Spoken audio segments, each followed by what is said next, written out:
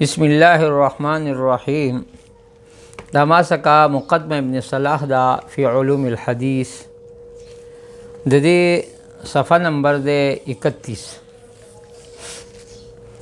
الثالثه درېمه خبره، اول من صنف الصحیح البخاری.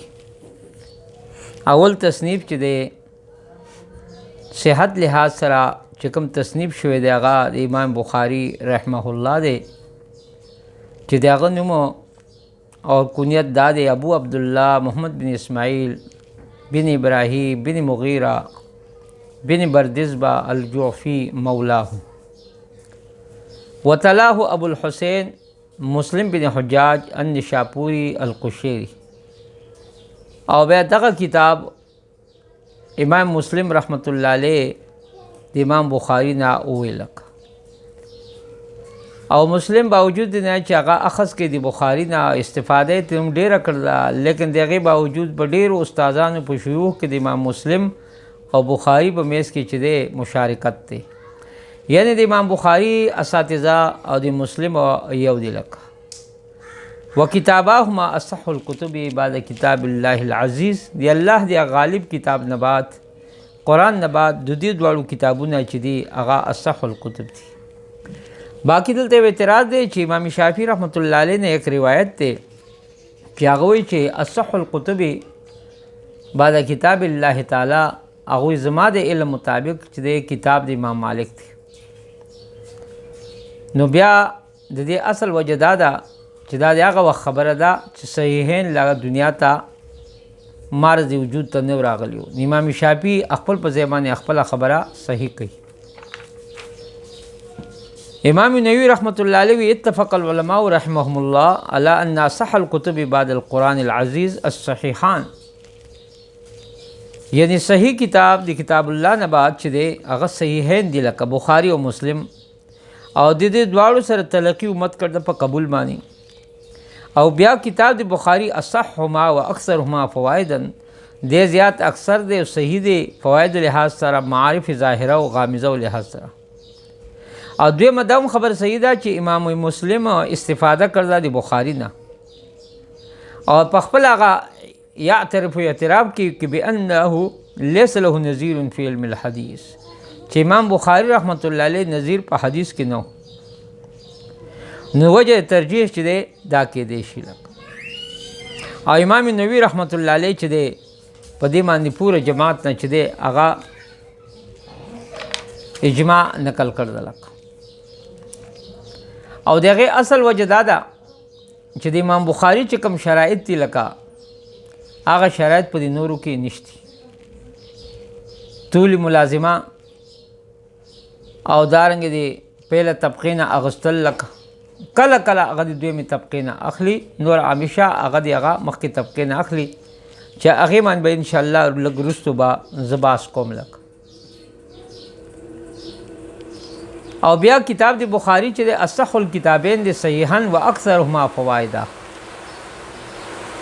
یعنی مطلب دا د صحیح دی او دارنګ د فواید هم زیات دي. او موږ هغه چې روایت کړی دی امام ابو علی الخاب نشاپوری نه چې استاد حاکم دی چې هغه دا وایي ما تحت عدیم السماء کتاب اصح من کتب مسلم بن حجاج. یا ساته دا قول چې دی هذا وقول من فضل من شیوخ المغرب، دا قول او قول د هغه علماو چې هغه د اهل مغرب دي چې هغه ترجیح ورکوي امام مسلم لرا په بخاری باندې. پیژنې که نه؟ نو دې نه که مراد دا مراد شي، نو دې نه مراد دا د هغه وخت خبره ده چې کله بخاری او مسلم لکه دا د هغه وخت خبره ده چې هغو په دې باندې کوي. ځکه چې د هغې اصل وجه دا ده هغو دا ښیي چې وی لیس بعد خطبته للحدیث صحیح. امام مسلم رحمت الله علیه د خطبې نه بعد مقدمې نه بعد صرف حدیث صحیح بیا ذکر کړي.